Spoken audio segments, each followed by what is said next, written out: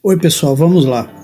Todo bozolode agora vem me argumentando sobre o preço do arroz. Pois bem, vejamos matéria do G1, que só por ser do G1 o gado já não vai aceitar, mas eu não me importo com eles, porque esse vídeo não é para eles. Esse vídeo é para você, amigo e amiga progressista ou de direita, mas que não é doente como os seguidores do Minto. A matéria diz que, depois de ser protagonista da desinflação em 2023, o grupo de alimentação e bebidas teve o maior peso nos preços pelo terceiro mês consecutivo.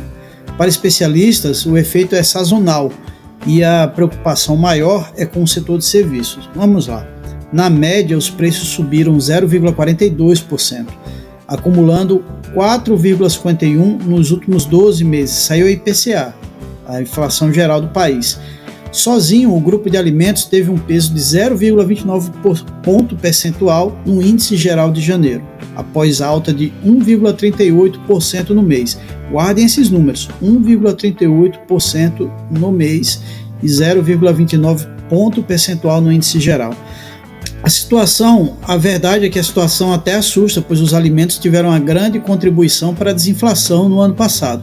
Apesar do arranque em novembro e dezembro, foram 4 meses consecutivos de queda entre junho e setembro.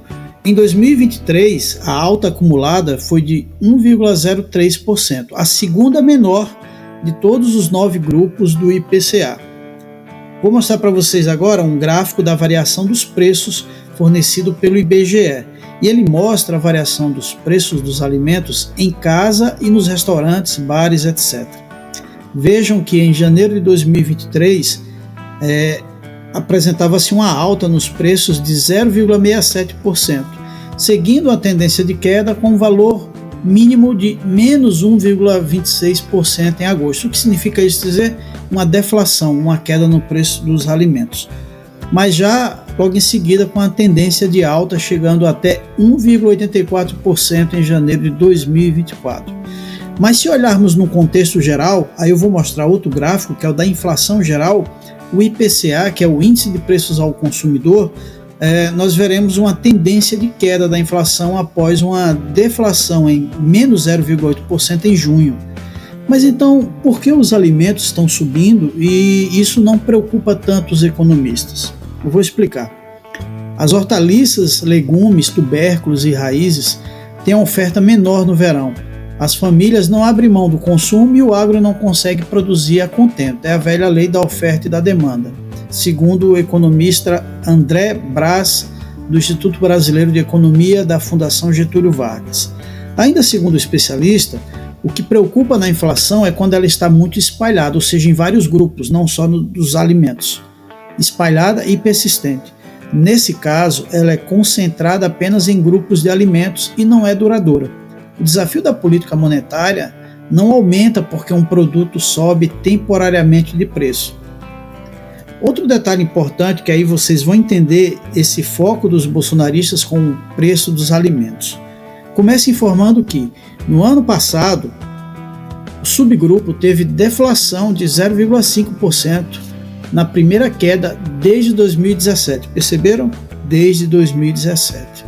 Para este ano agora, a projeção é de uma alta de 4% na inflação, que é considerado moderado. Então, vamos voltar à questão dos preços dos alimentos, só que agora na época do desgoverno do Bozó.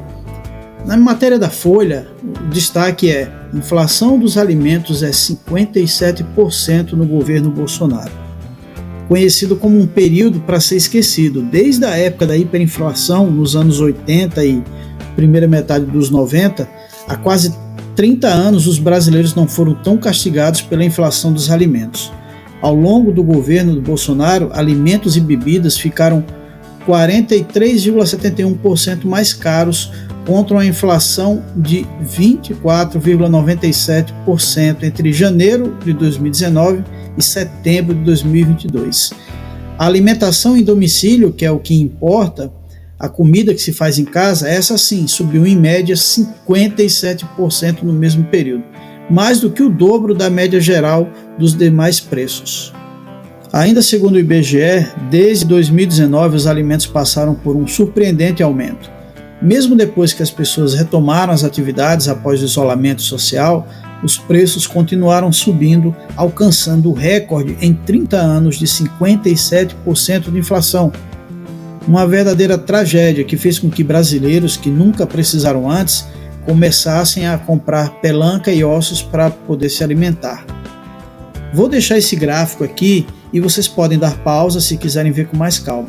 O gráfico compara a inflação média da época do desgoverno com a média da inflação só dos alimentos e a inflação de alguns alimentos específicos, com destaque para a cebola com 189%, o nosso feijão com 109%, o arroz que eles tanto lembram, 66%.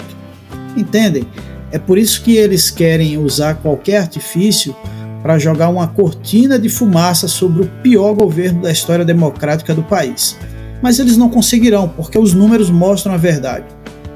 Por que será então que o Bolsonaro detestava tanto o IBGE, a ciência e o INPE? Porque ele se vale da ignorância dos outros para dar força às suas mentiras. Para terminar, vou mostrar um pequeno vídeo sobre como era tratada a Conab, que quase foi fechada pelo projeto do ditadorzinho. Por favor, vejam, compartilhem muito, deixa o like e comenta que nos ajudará demais. E se é novo por aqui, considere inscrever-se e ativar o sininho. Muito obrigado. Só em 2019, primeiro ano do governo Bolsonaro, ele fechou 27 armazéns da Conab. Eram armazéns de alimentos que eram comprados pelo governo dos agricultores para regular o preço e para fazer estoque. Gente, o desmonte da Conab é diretamente responsável pela fome no Brasil. Em 2015, o país tinha 1 milhão de toneladas de arroz estocado. 1 milhão de toneladas estocado. Em 2020, caiu para 22 milhões de toneladas? Não, 22 toneladas. Caiu de 1 milhão para 22. 22 toneladas de arroz não alimenta o país por um dia. Nas vésperas da saída do Bolsonaro, a Conab não tinha estoque. Não tinha arroz, não tinha feijão, não tinha soja, não tinha milho, não tinha nada.